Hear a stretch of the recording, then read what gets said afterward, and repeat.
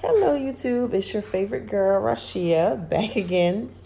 I want to do a video because I had a couple people who I guess know my situation about me I'm pretty open about it. PCOS, endometriosis and stuff like that, asking, how I got pregnant, what and if I used medicine, what kind it was and stuff like that. So I wanted to talk about it because, oh my goodness, for those who have any type of fertility issues and stuff like that, you already know, like, it's just horrible. It's a very depressing situation, feeling like you can never have children, trying and not having kids. So I definitely want to share all the information that I can so people will know, and hopefully something that I did will help. So I'll give you just a little bit of background on it. So I had endometriosis and I had PCOS. I think that after having my first daughter, that somehow that healed the PCOS.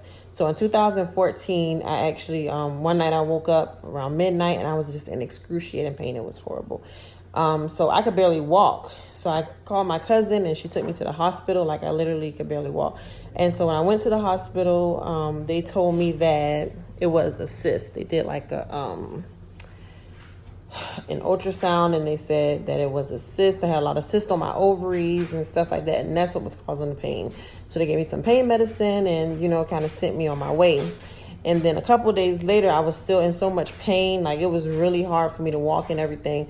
So my doctor, he said, well, I think that he said you have a lot of cysts in your ovaries, so polycystic ovarian syndrome. He said, but the fact that it's like been so much later and you're still in so much pain, I believe you have endometriosis.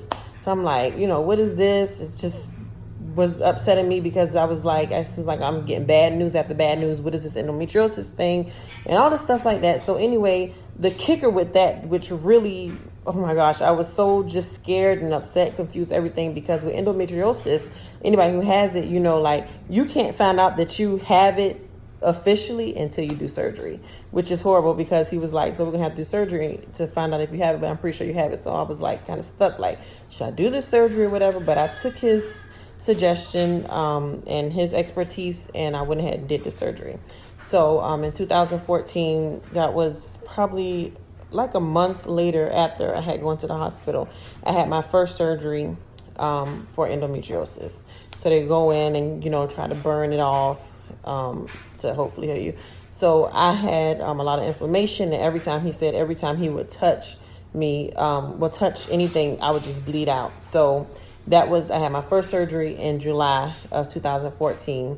So he kind of closed me back up, and so I had to take something called Lupron to kind of stop the bleeding. It kind of, I guess, puts you on like a premenopause stage, is what he told me, to kind of, so that when he went back in December, that it would be easier for him to see, because with all the bleeding, he just couldn't really see anything. So anyway, so I had my first surgery in July, second surgery in December, and in between those two surgeries, I remember he told me, and this was in 2014, he said, you need to try and have kids now, like it's right after this surgery, because you probably won't be able to have children within the next year, and you'll need to get a hysterectomy probably within the next year. So it was just a lot to process.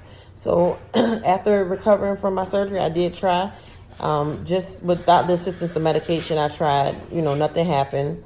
So then, a little bit later, about 2 years later, I tried, Clomid and Metformin.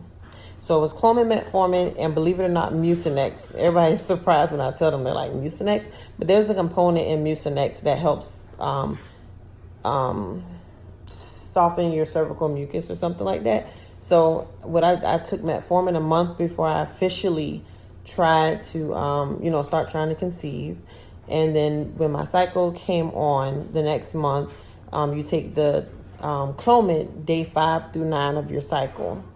And so one thing I will say, because I see this, I've been on a lot of TTC boards, which is just trying to conceive boards.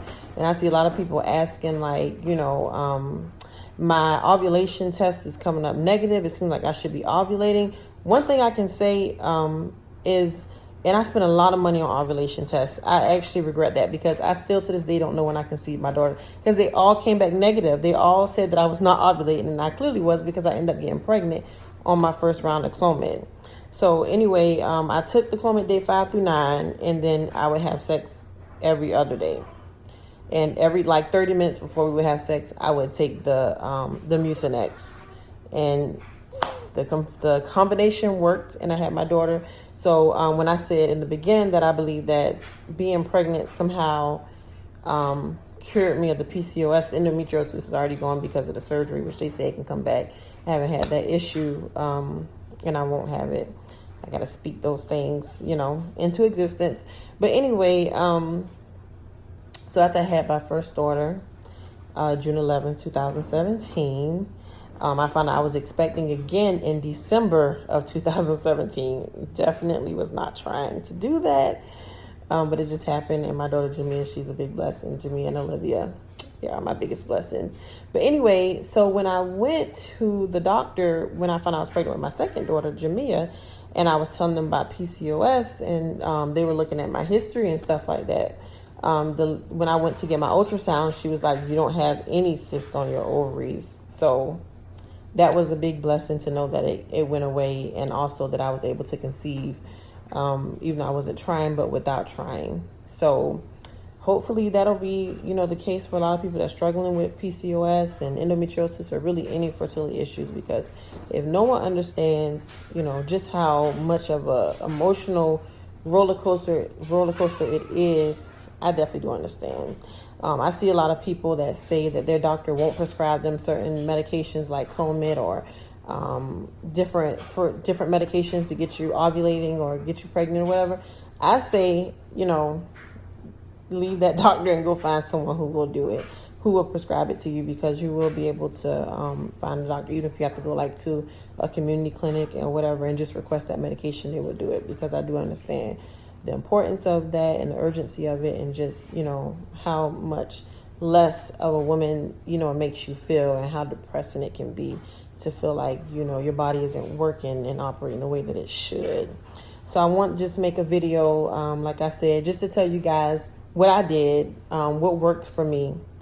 And I'm glad it did. It was awesome. I thank God for my children. I thank God that it worked.